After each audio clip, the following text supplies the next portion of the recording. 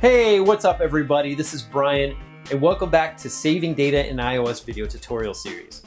In this final video, we'll review what we've learned about saving data and cover where you can go next. In this series, you've learned a lot about saving data. Let's take a moment to return back to that space game that I mentioned in the overview video and see how some of these new lessons that you learned can be applied. First, you learn how to save strings in NS data. In this game, you may prompt the user for the name. Thus, you can easily save it to disk using an NS string and then read it back when you need to print it out.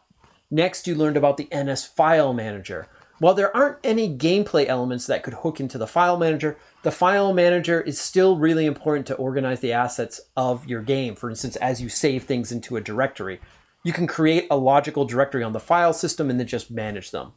The file manager can do that and of course a whole lot more. Next, we dived into property lists, which is a great way of storing key value pairs.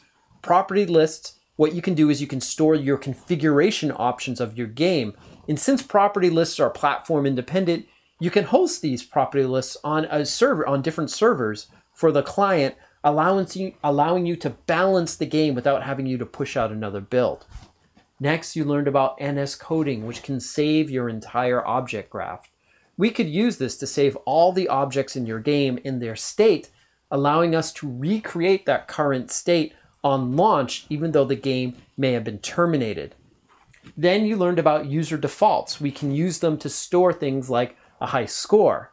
App settings allow us to hook the game into the settings app, giving the player the ability to change the difficulty of the game when they're actually not playing the game. Then we dived into both XML and JSON.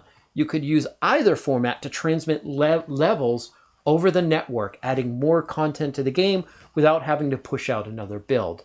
Finally, we dived into SQLite and the popular SQLite wrapper, FMDB. SQLite is a full-featured embeddable database. We could easily leverage that power to create high-score leaderboards.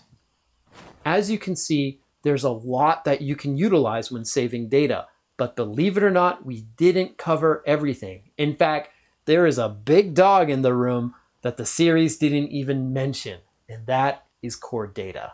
Core data isn't just a method or an approach at saving data, but rather it is a persistence framework that not only saves data for you, but it also manages those objects that are being saved. We actually have a few video tutorial series on core data. So if you find yourself building a deep data-driven app, or you just want to see what power it can give to you, then definitely check it out. It's really worth the time. That's it for this video tutorial series, but as always, I like to leave off with a challenge.